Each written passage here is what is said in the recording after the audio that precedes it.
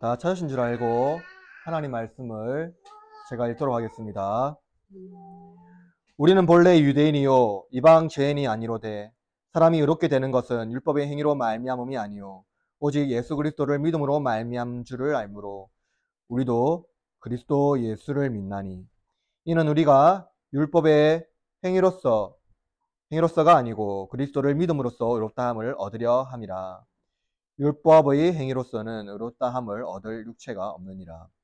만일 우리가 그리스도 안에서 의롭게 되려 하다가 죄인으로 드러나면 그리스도께서 죄를 짓게 하느냐 하는 자냐? 결코 그럴 수 없느니라. 만일 내가 헐었던 것을 다시 세우면 내가 나를 범법한 자로 만드는 것이라. 내가 율법으로 말미암아 율법에 대하여 죽었나니 이는 하나님에 대하여 살려 함이라.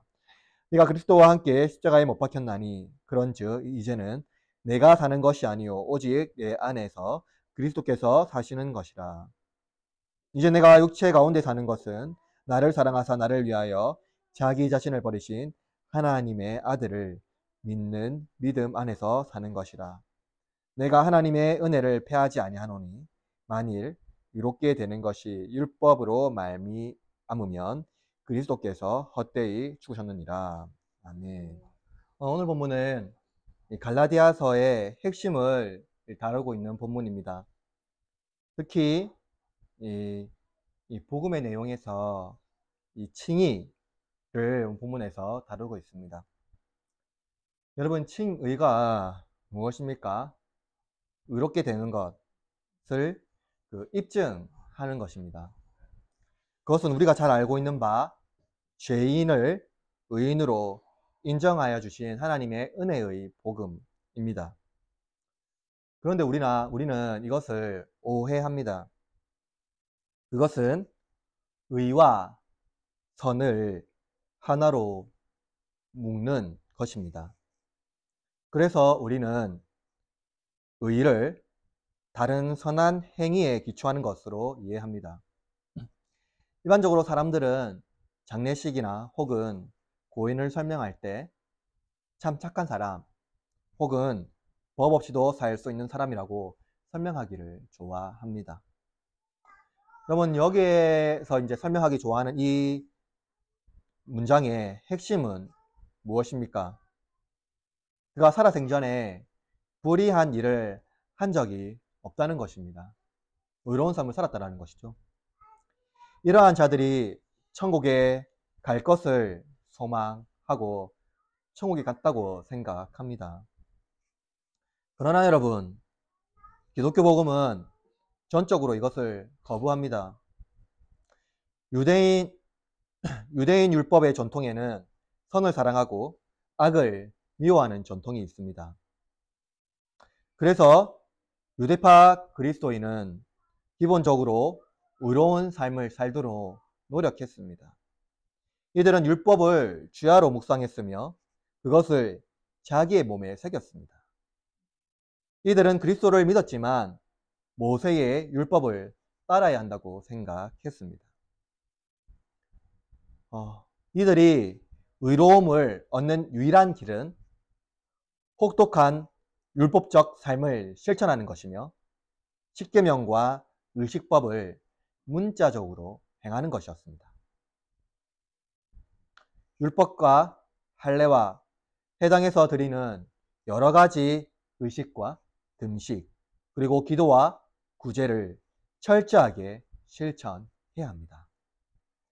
이러한 표준을 따를 때에 하나님께서는 그들의 예배를 받으신다고 그들은 생각했습니다. 여러분, 도덕적 제도는 모든 종교의 기본 원리입니다. 이 원리를 제거하면 종교의 의미가 사라집니다. 그래서 종교는 이 사람을 혹사시킵니다. 이 원리를 실현하기 위해서는 감시자가 필요하고 만약 이를 충족하지 못하면 정죄받아야 합니다. 그러나 기독교는 종교가 아니라 참된 신앙의 길을 우리에게 열어줍니다. 그것은 죄인이 의롭게 되는 바로 그 길은 예수 그리스도께서 우리를 위하여 행하신 순종을 믿는 것이다 라는 것이죠. 예수 그리스도께서 우리에게 행하신 순종은 하나님 앞에서 죄인인 인간이 다시 예수 그리스도를 의지하여 하나님 앞에 의인으로 설 수 있는 것입니다. 그래서 우리는 기독교 복음을 이해할 때 의로움과 선한 행위 혹은 도덕을 하나로 묶어서 이해하면 시험에 빠지게 됩니다. 의로움은 나의 행위가 아니라 오직 예수 그리스도의 믿음을 의지하는 것이기 때문입니다. 따라서 제가 여러분에게 설교하고자 하는 목적은 이것입니다. 신자들은 불의한 자기 행위에 의존하지 않고 오직 예수 그리스도 안에 있는 신실함을 의지할 때 의로운 자가 되며 새로운 피조물로서 그리스도인으로 살아가게 합니다. 오늘 본문의 말씀을 통하여 복음의 본질을 깨닫는 저와 여러분이 되기를 바랍니다. 세 가지로 말씀을 하는데요. 첫째는 예수 그리스도의 신실함에 의존하는 성도입니다. 구약의 전통을 가진 유대인들은 율법을 중요하게 생각했습니다. 그들은 자신을 거룩한 백성으로 인식했고 하나님의 선택받은 존재로 이해했습니다. 현대적 관점으로 보면 유대인들은 탁월한 신앙인이었고 교회의 모든 행사에 적극적이었습니다.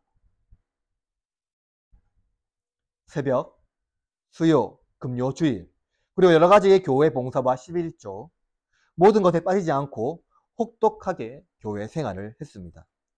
이들의 간증은 신금을 울렸으며 봉사는 누구보다 최선을 다하여 그리고 적극적으로 섬겼습니다. 목사의 눈으로 볼 때 그들은 최고의 신앙인입니다. 그런데 하나님의 눈에도 그들은 최고의 신앙인일까요? 유대인들은 조상에게 물려받은 율법, 그 율법은 그들의 정체성을 드러내는 표징입니다. 이것은 그들이 이방인들과 구별되는 하나님의 선택받은 백성이라는 뜻입니다. 즉 하나님께서 제한적으로 세우신 표준을 그들은 의로움이라고 생각한 것입니다. 따라서 이들은 율법을 준수하고 그 행위에 도달하는 것이 하나님을 기쁘시게 하는 일이라고 생각했습니다. 그러나 이들의 치명적인 문제는 무엇입니까? 그들 자신의 행위에 따라, 그러니까 그들의 자신의 행위에 따른 신실함을 의존한 것입니다. 그들은 신실하게 율법을 지켰고 그것에 의지했습니다. 유대주의자들은 그들의 신실함에 의지했으며 그것이 자기를 의롭게 한다고 여겼습니다. 즉 하나님께서 그들의 노력을 어여삐 여기셔서 의롭다고 여겨주신다고 생각한 것입니다. 여기에 우리 신앙에 매우 위험한 함정이 있습니다. 하나님을 기쁘시게 하는 방법이 인류가 세계에 기여하는 복지, 사회봉사와 관련된 선한 일이라고 생각한 것입니다. 그래서 하나님께서 나의 삶을 보시고 기뻐하시겠지 생각하고 그것을 나의 의로 착각하는 것입니다. 바울은 이러한 유대주의자들에게 이렇게 선포합니다. 로마서 10장 3절에 이렇게 말합니다. 하나님의 의를 모르고 자기 의를 세우려고 힘써 하나님의 의에 복종하지 아니하였노라. 기본적으로 인간은 자기의 선한 행위에 대하여 매우 높게 평가합니다. 그래서 이러한 행위를 몇 번 반복하면 자기가 선한 사람이라고 착각하기 쉽습니다. 그래서 인간은 선한 행위와 의로움을 따로 분리해서 생각하지 않습니다. 선한 행위를 한 사람이 의인으로 인정받는 것은 일반적인 상식에서 당연한 것으로 이해됩니다. 특히 유대인들의 상식에는 이것이 당연한 결과였습니다. 그러나 여러분, 성경은 무엇이라고 이야기합니까? 오늘 본문 2장 16절 말씀 다 같이 한번 읽어볼까요? 2장 16절 시작. 의롭게 되는 것은 율법의 행위로 말미암음이 아니요 오직 예수 그리스도를 믿음으로 말미암은 줄을 알므로 우리도 그리스도 예수를 믿나니 이는 우리가 율법의 행위로서가 아니고 그리스도를 믿음으로써 의롭다함을 얻으려 함이라. 율법의 행위로서는 의롭다함을 얻을 육체가 없느니라. 바울은 선한 행위와 의로움을 얻는 일반적인 공식에 반대합니다. 그는 어떤 인간의 선한 행위도 의를 받을 수 있는 행위가 없다라는 것을 선포합니다. 즉, 선한 행위와 의를 분리하는 것이죠. 선한 행위와 의를 분리해서 생각하는 것은 세상에서 존재하는 방식이 아닙니다. 세상에서 어긋나는 방식이죠. 모든 사람은 자기에게서 나온 그 신실함, 그 의로움을 의존합니다. 어떤 사람이 구원을 얻을 수 있습니까? 하는 이 질문에 말하면 어떤 선한 행동에 대한 그 표상을 설명하려고 합니다. 그래서 예수 믿는 사람이요 라고 말하기를 굉장히 어려워하는 것이죠. 그러나 성경은 죄인인 인간이 어떠한 행위로도 하나님 앞에 설 수 없다는 것을 분명히 말씀합니다.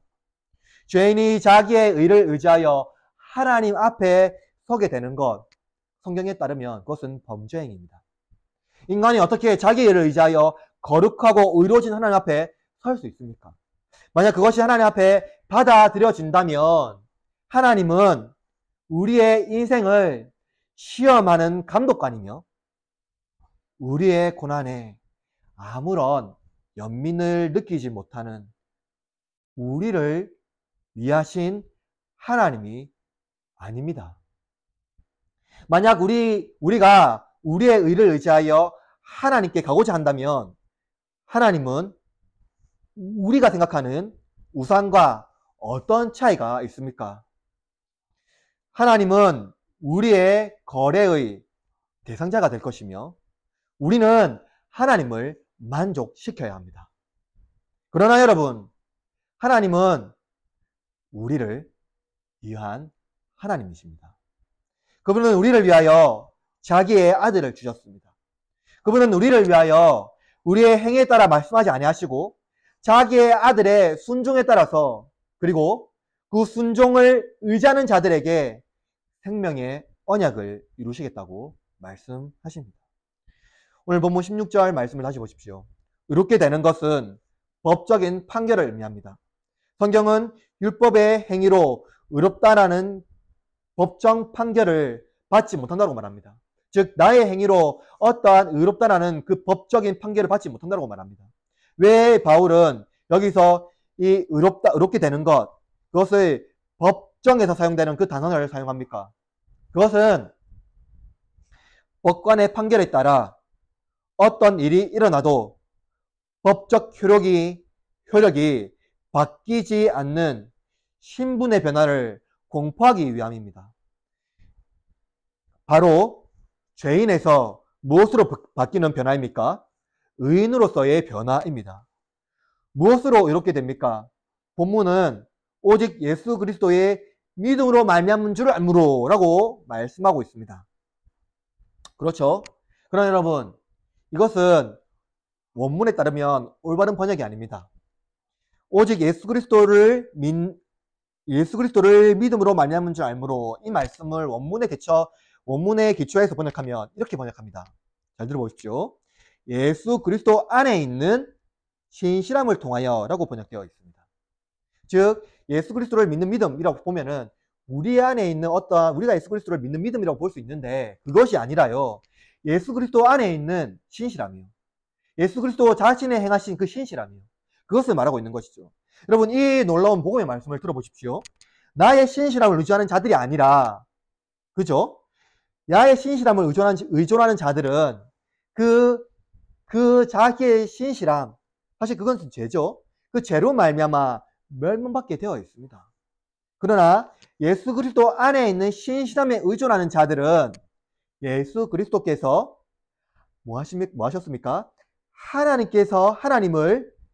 예수 그리스도 자신이 하나님을 기쁘시게 하는 순종으로 말미암아 우리도 그와 같이 의로운 자로 인정된다 하는 것을 말씀하고 있는 것입니다.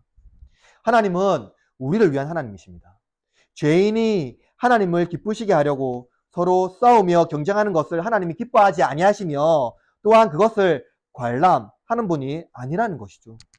우리 하나님은 우리의 연약함을 모른다고 하시지 않으시고 그의 아들을 보내심으로 우리 대신 속죄 제물로 받으시고 아버지의 영광과 아들의 영광으로 우리를 영화롭게 하십니다. 아들의 신실함을 의존하는 자가 하나님을 만족하심을 받는다라는 것을 말하고 있는 것이죠. 우리의 행위가 아니라 예수 그리스도의 순종으로 말미암아 하나님의 만족하심을 받은 그들이 그의 은혜로 말미암아 그 은혜로 하나님께서 저와 여러분을 그래 내가 참 의롭구나, 네가 신실하구나 하는 그 은혜로 받아들여질 수 있다는 것입니다. 둘째로 예수 그리스도와 연합하여 거룩하여진 성도입니다. 그렇다면 이제 의로움을 얻은 성도는 어떻게 이 거룩한 삶을 지속적으로 살아낼 수 있습니까? 우리는 선한 행위와 의를 분리한다는 것은 이 본문의 유대인과 오늘날 대부분 사람들이 이렇게 반박합니다. 선한 행위와 그 의가 분리된다면 기독교인들은 그 윤리적인 상과 관련 없는 방탕한 삶을 살아도 괜찮은가요? 라는 것입니다. 여러분 어떻게 생각하십니까? 과연 그리스도인들에게 이 윤리적인 삶은 필요 없는 것일까요? 의롭다 칭함받은 사람들은 이미 의롭다고 받았기 때문에 윤리적인 삶이 의미가 없습니까? 그렇지 않습니다. 초기 기독교에서는요, 믿음과 삶은요, 동의어였습니다. 믿는 그것은 곧 삶이었습니다. 그들은, 그래서 초기 기독교에서 세례 교육은요, 우리는 무엇을 믿는다는 것을 가르치는 것이 아니라, 우리는 이렇게 사는 사람입니다. 라고 가르쳤습니다. 그렇다면, 기독교 교리와 삶은 서로 모순적일까요? 이것을 이해하기 위해서 우리는 성경을 잘 이해해야 합니다. 우리는 우리의 신실함을 의지하는 자가 아니라 예수 그리스도 안에 있는 신실함을 통하여 의로움을 얻었다라고 말했습니다. 이것은 무엇을 말합니까? 예수 그리스도 안에 있는 무슨 행위죠? 순종의 행위. 그것이 곧 우리의 의가 된다는 것입니다. 성경은요, 우리가 불순종의 자녀라고 말씀합니다. 순종의 자녀가 아니고요. 무슨 자녀요? 불순종의 자녀요. 이 불순종은요, 하나님과 원수가 된 우리의 실존을 보여줍니다. 즉, 그래서 우리는 우리 스스로 죄인의 모습으로 하나님 앞에 서게 되면 우리는 멸망받습니다. 그러나 우리가 예수 그리스도의 신실함을 의지할 때에 그분의 순종이 우리에게 전가되어 그것이 예수 그리스도의 순종이 우리의 의가 된다는 것을 말해주고 있습니다. 우리의 의와 상관없이 예수 그리스도께서 이루신 의로움에 의존할 때 우리가 의로운 존재가 된다는 것을 말해주고 있습니다. 그런데 여기서 커다란 장벽이라는 그 칭이라는 주장이 가로막고 있습니다. 그것은 율법과 도덕의 기준을 예수 그리스도의 신실함에서 어떻게 제시할 수 있느냐는 것입니다. 그 기준을 어떻게 우리가 제시할 수 있느냐는 것이죠. 이것은 오늘날 많은 신자들이 고민하는 주제이기도 합니다. 여전히 죄를 짓는 그리스도인에 대하여 그들은 성경에서 이해한 공동체는 이러지 않다고 말합니다.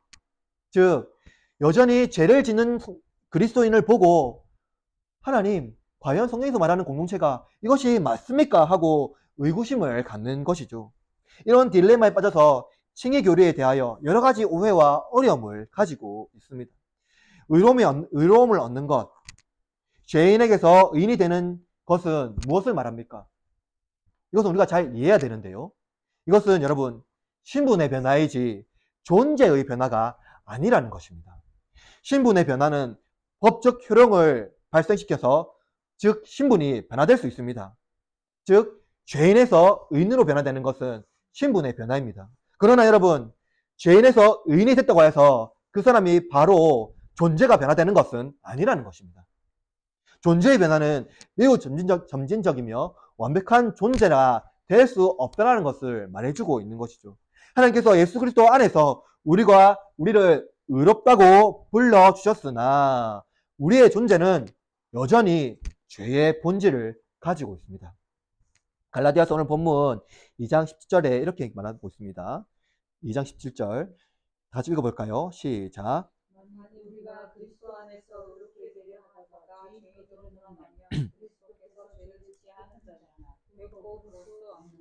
이 본문을 의로움을 얻는 신자가 죄를 짓게 되면 그리스도께서 죄를 짓게 하는 자인가 라고 반문하는데요. 바울은 결코 그럴 수 없다라고 말합니다. 칭의는 죄를 양산하는 교리가 아닙니다. 칭의 교리는 오히려 우리를 가엾이 여기는 하나님의 긍휼의 교리입니다. 성경은 율법을 지키는 외적인 형식에서 예수 그리스도의 신실함으로 신자의 무엇이 변화되죠? 내적인 심리의 변화를 일으켜 영혼을 치료합니다. 즉 성경은요, 예수 그리스도 안에 있는 이 영혼의 동인을 변화시켜 새로운 존재가 되는 것을 말합니다. 그러나 성경은 우리의 존재가 변화된다고 말하는 것이 아닙니다. 인간은 끊임없이 죄와 싸웁니다. 예수 그리스도께서 우리와 함께 하심으로 죄와 치열하게 싸우게 하십니다. 그의 말씀에 순종할 수 있는 능력을 주시고 뭐 하십니까? 여전히 불순종의 자녀인 우리를 순종의 자녀로 아주 조금씩 한 걸음 한 걸음 변화시키고 우리의 영혼을 자극시킨다라는 것이죠. 그러나 성경은 또한 우리가 얼마나 연약한 존재인지 분명히 말씀하고 있습니다. 우리가 제 앞에서 얼마나 연약한 존재인지 말하고 있다는 것이죠. 바울은 이렇게 고백합니다. 여러분 잘 알고 있는 말씀인데요. 로마서 7장 22절에서 24절 이렇게 말씀하고 있습니다. 내 속사람으로는 하나님의 법을 즐거워하되 내 지체 속에서 한 다른 법이 내 마음의 법과 싸워 내 지체 속에 있는 죄의 법으로 나를 사로잡는 것을 보도다. 오라 나는 공고한 사람이로다. 이 사망의 몸에서 누가 나를 건져내랴. 여러분 바울의 이 진정 고백은 무엇을 이야기합니까? 바울은요 칭의 받은 사람입니다. 예수 그리스도 안에서 새롭게 된 사람입니다. 그는 복음을 전했고요. 그가 쓴 성경이요 14권이나 됩니다. 그가 한 이 고백을 보십시오. 그러나 여전히 그는요 죄와 치열하게 싸웁니다. 심지어 그는요 마음의 법이 그를 사로잡는다라고 말하고 있습니다. 죄의 연약함에 있는 우리를 그리스도께서 의롭다 하였기 때문에 우리는 죄를 짓지 않습니까? 죄를 지어도 아무렇지 않습니까? 여러분 그렇지 않습니다. 바울의 자신의 육신이 얼마나 죄에 적응되어 있으며 마음의 법이 죄를 멸망하고 있는지 그의 심리의 허탕함을 말하고 있습니다. 바울이 죄의 연약함을 호소한다면 하물며 우리는 어떻습니까? 하나님께서 우리를 의롭게 여겨주시는 것은 존재의 변화로 이해한다면 우리는 모든 것이 싫어집니다. 나의 삶을 볼 때 나의 자신을 부정하고 우리 교회가 너무 싫어질 것입니다. 이 공동체가 싫어질 것입니다. 그러나 여전히 죄의 본성을 지니고 나를 의롭게 하신 하나님의 은혜로 그 하나님의 은혜의 교리로 이해한다면 칭의 교리는 나를 더욱 사랑하게 하고 교회를 더욱 사랑하게 될 것입니다. 그리고 나아가 우리를 거룩하게 하는 것이죠. 본문 17절에 우리가 그리스도 안에서 의롭게 되려 하다가 라고 기록하고 있습니다. 그리스도 안에서 라는 이 말씀에 집중하십시오. 그리스도 안에 있다라는 것은 내가 그리스도의 신부가 되어 그리스도와 연합하여 그의 사랑을 받는 존재가 되는 것을 말씀합니다. 특히 그리스도와의 연합은 초월자이신 하나님과 피조물인 인간이 서로 밀접하게 관련되어 있는 것을 말합니다. 그러나 우리는 이 연합의 의미를 조심스럽게 이해해야 합니다. 하나님은 세상에 의존하지 않으시지만 세상은 하나님께 의존해야 됩니다. 즉 하나님은 인간에게 의존하지 않지만 피조물인 인간은 하나님께 의존할 때 그 존재가 명확하게 드러납니다. 따라서 이 심리적인 연합은요, 인간이요, 하나님께 참여한다라는 의미입니다. 여러분, 참여의 의미는요, 인간이 하나님을 갈망하며 그의 신적 존재에 합일하고자 하는 그 심리적인 의미가 아니라 하나님이 이 땅에 오심으로, 그죠? 인간이 하나님께 가는 것이 아니라 하나님이 이 땅에 오셨습니다. 그리고 우리를요, 하나님이 이 땅에 오심으로 우리를 삼위 하나님의 교제의 자리에 초청하여 주신 것입니다. 삼위 하나님이 하나님께서 창조되지 않으셨으며 삼위간의 서로의 사랑의 교제를 통하여 이 세상을 창조하셨습니다. 따라서 바울은요, 그의 서신에서 자주 말씀하고 있는 이 그리스도 안에 있는다는 이 의미는요, 우리가 삼위 하나님의 교제에 참여하여 삼위 하나님 그 안에서 그 삼위 하나님과 함께 상호 내주하는 그 교제의 의미를 가지고 있는 것이죠. 하나님과 함께 교제하며 하나님 말씀을 듣고 하나님 말씀 앞에서 우리가 나아가는 것, 그 교제로 함께 하나님 앞에 우리가 정말로 친밀한 교제를 이루는 것을 말하고 있습니다. 그렇다면 봅시다. 이 바울이 말한 그리스도 안에서 의롭게 된다는 의미는 우리를 하나님의 형상으로 갱신과 회복을 말하고 있는 것입니다. 죄인은 인간이 그리스도의 연합 그리고 교제를 통해 의로운 존재로 변화시켜 주는 것을 말해주고 있는 것이죠. 그러나 여러분, 이것은 존재론적인 변화가 아니라 그리스도께서 우리가 완벽한 존재가 될 때는요, 그리스도께서 다시 이 땅에 심판주로 오실 때 그 완벽한 존재론적 변화가 이루어지는 것을 말해주고 있습니다. 그러나 여러분, 그때까지 그리스도께서 심판주로 다시 한 번 더 이 땅에 오실 그때까지 우리는 이 죄인의 본질을 가진 인간입니다. 그럼에도 불구하고 그리스도 안에서 거룩하여진 성도라 하나님께서 불러주십니다. 이것은 점진적으로 우리가 삼위 하나님과의 교제를 통하여 거룩한 삶을 살아갈 수 있게 한다는 것을 말씀해 주고 있습니다. 그렇다면 여러분, 이제 우리는 거룩한 존재지만 여전히 죄와 교별하지 못하는 이 죄인에 불과합니까? 실제로 예수 그리스도 안에서 새로운 삶을 사는 성도입니다. 바울은 이제 율법에 대하여 죽었다라고 말합니다. 우리가 잘 알고 있는 것과 같이 바울은요, 율법을 초등 교사라고 말합니다. 율법은 죄를 깨닫게 하기 때문이죠. 율법이 죄를 깨닫게 함으로 율법의 기능은 무엇이죠? 정죄하는 기능입니다. 죄라고 분명히 우리를 못 박는 것이죠. 법을 지키지 못했으니 이에 합당한 벌을 받아야 한다는 것입니다. 그런데 바울은 율법을 파괴하는 것이 아니라 내가 율법에 대하여 죽었다라고 말합니다. 바울은 19절 본문에서 대조법을 사용하여 그의 논지를 강조합니다. 그는 율법에 대하여 죽어야 하나님에 대하여 산다라고 말합니다.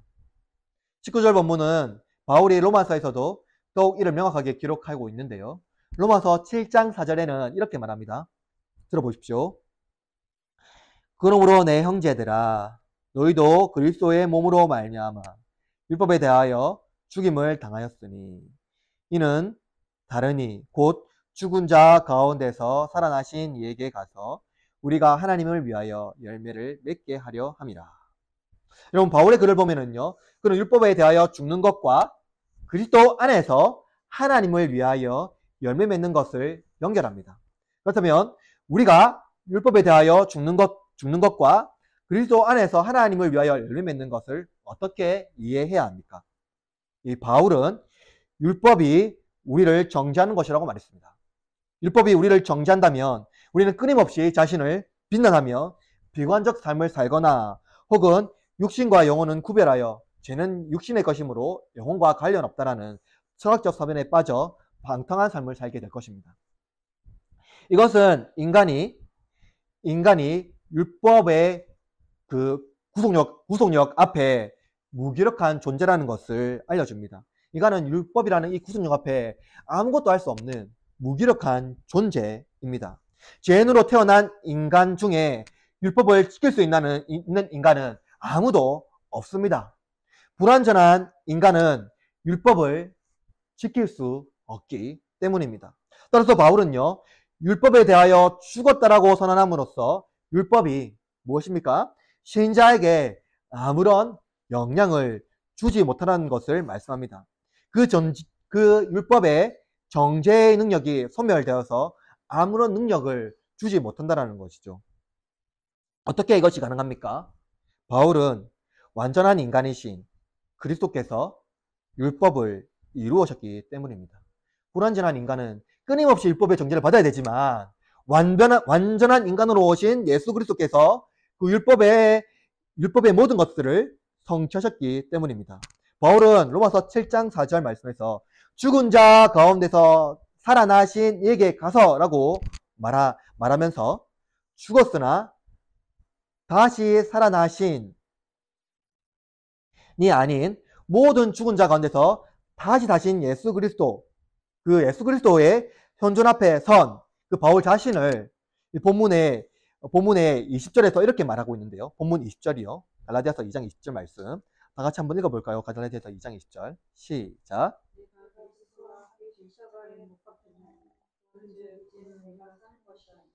오직 내 안에 그리스도께서 사시는 것이라. 이제 내가 육체 가운데 사는 것은 나를 사랑하셨나 나를 위하여 자기 자신을 버리신 하나님의 아들을 믿는 믿음 안에서 사는 것이라. 여러분, 이 본문을 보면은요, 이 바울이 율법에 대하여 죽고 그리스도 안에서 하나님 위하여 사는 것을 분명히 알 수 있습니다. 그는 자신의 현존 앞에 그리스도의 복음이 어떠한 것인지, 어떻게 자신을 살린 것인지 말하고 있는 것이죠. 그것은 그리스도의 십자가와 부활을요, 자기의 무엇입니까? 새 생명과 깊이 연결하는 것입니다. 그는 이제 율법의 정죄에서 벗어나 그리스도 안에서 다시 태어난 하나님을 위하여 열매 맺는 삶을 살아가는 자입니다. 열매 맺는 것, 그것은 무엇입니까? 거룩한 삶을 사는 것입니다. 그는 예수 그리스도 안에서 새로운 삶을 살아갑니다. 이것이 바로 복음의 능력이죠. 바울은 신자의 죽음과 그리스도의 죽음을 자주 인용합니다. 이것은 신자의 참된 생명은 그리스도의 십자가의 죽음과 부활을 통해 중생하여진 새 생명을 말하기 때문입니다. 따라서 그리스도 밖에서 모든 자들은 무엇입니까? 그리스도 밖에서 모든 자들은 살아있으나 죽은 자들이죠. 그들은 모든 율법의 정죄 아래에 있으며 죄인의 형상을 가지고 자기의 의를 신뢰하는 자들입니다. 인간의 욕망은요, 인간을 파멸시키는 폭정입니다. 이 폭정은요, 근본적으로 하나님을 멀리하며 자기의 의를 사랑하는 존재가 되게 합니다. 욕망에 사로잡힌 자들은요, 자신의 가진 돈, 명예, 능력, 아름다움이 자신을 자유하게 한다고 생각하지만 오히려 그것이 그들의 올가미가 되어 결국 그들의 숨통을 막히게 합니다. 바울은 이 인간의 일그러진 욕망에서 벗어나 새로운 생명, 새로운 자유를 얻으라고 말합니다. 율법에 대하여 죽고 예수 그리스도로 다시 살아나는 것을 말하고 있는 것이죠. 여러분, 무엇이 여러분을 지배합니까? 여러분을 지배하는 것이 여러분이 사랑하는 것입니다. 그리고 바로 그것이 여러분의 예배의 대상입니다. 그것은 무엇인가요? 바울은 자신의 자아가 죽었다라고 말합니다. 내 속에서 열망하는 모든 것을 그리스도의 십자가에 다 못 박아 버렸습니다. 그러나 그는 여전히 그가 지금까지 지닌 육체를 지니고 있습니다. 즉 존재로는 여전히 옛사람입니다. 그러나 그는 이렇게 말합니다. 고린도후서 5장 17절에 이렇게 말씀합니다. 그런즉 누구든지 그리스도 안에 있으면 새로운 피조물이라. 이전 것은 지나갔으나 보라 새 것이 되었도다. 그의 육체는요 다른 것이 아닙니다. 이전에 가지고 있던, 그리고 그가 그리스도를 핍박하고 그리스도를 따른 사도들을 핍박했던 그 존재 그대로입니다. 그리고 그는 여전히 연약한 인간입니다.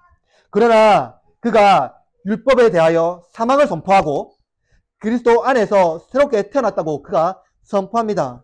그의 자아는 일자가 아니라 그리스도 안에서 새로 태어난 존재입니다. 그의 심리는 변화받아 성령의 지배를 받고 예수 그리스도 안에서 교제하는 새롭게 태어난 옛 자가 아니라 새 자입니다. 그는 그것을 새 사람이라고 말하고 있는 것이죠. 바울이 선포하는 것은 의롭다함을 얻은 자들의 육체가 전혀 다른 존재가 되는 것을 말하는 것이 아닙니다. 그러나 연약하지만 내 속에서 역사하시는 예수 그리스도로 말미암아 거룩하여 새로운 삶을 살도록 우리 마음에 무엇을 변화시켜 주셨습니까? 우리 마음의 동기를 변화시켜 주신 것입니다. 죄를 미워하고 그리스도로 살게 하는 우리의 마음의 역사하심을 새롭게 재창조의 역사를 일으켜 주신 것입니다. 아버지께서 아들의 이름으로 보내신 성령께서 우리와 예수 그리스도와 함께 십자가에 못 박힌 존재라는 것을 날마다 상기시키시며 우리의 욕망을 날마다 그 십자가에 못 박게 하시고 우리를 새롭게 하신다라는 것이죠. 그러므로 우리의 육체가 전과 같으나 그리스도의 육신으로 말미암아 새로운 존재가 된 우리는 그리스도의 부활을 공유하며 그의 생명을 공유합니다. 이제 그리스도 안에서 새로운 존재가 된 우리는 율법을 초월한 존재가 된 것입니다. 율법을 이루어 하나님의 기쁘시게 하는 자가 아니라 율법을 이룰 수 없는 나의 불완전함을 인정하고 완전하신 하나님의 외아들께서 나를 대신하여 율법을 이루시어 나의 의로움이 되어 주셨다는 것을 믿는, 바로 그 아들의 신실함을 믿는 그 믿음으로 사는 것, 그것이 나의 삶을 되는 것입니다. 인생에 큰 빚을 지은 사람은 적어도 양심적인 사람이라면 평생 그 빛을 잊지 않고 살아갈 것입니다. 인생의 죽음에서 그 인생을 위하여 대신 죽은 자가 있다면 그 헌신에 부끄럽지 않은 삶을 살 것을 다짐합니다. 그 인생은 덧붙여진 삶이기 때문입니다. 따라서 그리스도인 모두는 예수 그리스도의 생명이 빚진 자들이며 덧붙여진 삶을 사는 자들입니다. 이제 율법의 구속력이 더 이상 우리를 괴롭히지는 않지만 복음의 빚진 자로서 겸허히 겸손히 사는 자들이 되어야 합니다. 왜냐하면 그리스도께서 이루신 은혜 덕분에 내가 살 수 있는 것이기 때문입니다. 내가 죽고 그리스도가 사는 것, 그것이 참된 복음의 영광입니다. 바울은 이제 21절에서 유대적 그리스도인이 오해한 은혜에 대한 정확한 의미를 알려줍니다. 유대적 그리스도인의 주장에 의하면 하나님은 이스라엘을 인도하시고 그들에게 율법을 주셨으며 그 율법을 지키는 자들에게 구원을 베푸시는 하나님이십니다. 구약은 하나님에 대한 믿음으로 구원받지만 문자적으로 율법으로 언약하십니다. 그러나 예수 그리스도가 이 땅에 오심으로 말씀하신 그 율법을 완전히 이루셨습니다. 완전히 성취하셨습니다. 완전한 율법의 표지이신 예수 그리스도가 이 땅에 오셨고 그 율법을 완전히 성취하셨으니 율법에 의존하지 않고 예수 그리스도를 의존할 때 구원받는 것이 은혜라는 것이죠. 따라서 바울은요, 유대인들이 여전히 옛 언약에 머물러 그리스도께서 이루신 은혜를 거부하고 있다고 말하고 있습니다. 만약 여전히 율법으로 말미암아 의롭게 된다면 바울은 그것은 그리스도의 죽음을 헛되게 하는 것이라고 분명히 말씀하고 있습니다. 예수 그리스도의 십자가의 사역이 우리를 의롭게 하는 유일한 근거이기 때문입니다. 그리고 바로 그리스도의 죽으심이 죄인을 하나님 앞에 서게 하는 유일한 길입니다. 예수님께서 십자가를 지신 이유, 그것은 죄인인 우리를 하나님 앞에 서게 하기 위함입니다. 우리 홀로 서는 것이 아니라 예수 그리스도의 십자가를 의지하며 하나님 앞에 설 때 예수 그리스도의 의가 나에게 전가되어 내가 그리스도 덕분에 의로움을 받게 되는 것입니다. 이것이 바울이 말하는 바로 하나님의 은혜의 복음입니다. 말씀 마무리합니다. 사랑하는 형제자매 여러분, 우리는 오늘 바울의 전한 복음의 진리가 무엇인지 살펴보았습니다. 특히 증이가 불의한 죄인을 거룩한 의인으로 불러주신 고귀한 교리라는 것, 긍휼의 교리라는 것, 은혜의 교리라는 것을 살펴보았습니다. 하나님은 우리를 위하여 우리를 위하신 하나님이십니다. 우리가 어떻게 하는지 관찰의 대상으로 우리를 바라보시지 않으시고 또 우리를 시험하지 않아 하시며 하나님은 우리를 사랑의 대상으로 보시며 그의 아들을 우리를 위하여 주시고 그의 아들로 말미암아 우리를 의롭다고 인정해 주십니다. 우리가 할 수 없기 때문에 하나님께서 직접 이 땅에 오셔서 그가 우리의 의가 되어 주신 것입니다. 우리는 이제 예수 그리스도의 십자가를 의지하여 하나님 앞에 설 수 있는 그 복음의 은혜에 의지할 수 있는 길이 생긴 것입니다. 그러므로 여러분, 이 복음의 은혜를 의지하며 살아갑시다. 이제 일주일의 삶을 살아갈 때에 우리를 의롭다 하신 하나님의 사랑을 힘입어 살아갑시다. 내 속에서 열망하는 죄와 싸우며 예수 그리스도와 교제하여 하나님의 의로움이 나의 삶을 통하여 드러나는 또 그 복음의 은혜가 정말로 기쁨의 은혜가 되는 그리고 이웃에게 그것이 증언되는 저와 여러분의 삶이 되기를 주님의 이름으로 축원합니다.